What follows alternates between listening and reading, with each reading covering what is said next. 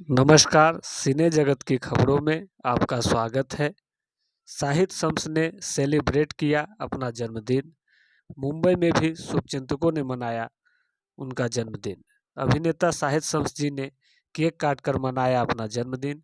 इस मौके पर कुमार विभोर व भोजपुरी के नामचीन कलाकार मौजूद रहे।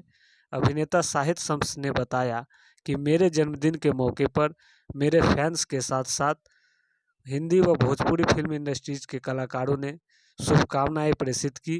मैं आप सभी तमाम मित्रों और शुभचिंतकों का दिल से शुक्रिया अदा करता हूं और आप सभी मुझे इसी तरह अपना प्यार व आशीर्वाद देते रहे। अभिनेता साहित्य शम्स जी के पर्सनल प्रचारक सुमन सौरभ की रिपोर्ट।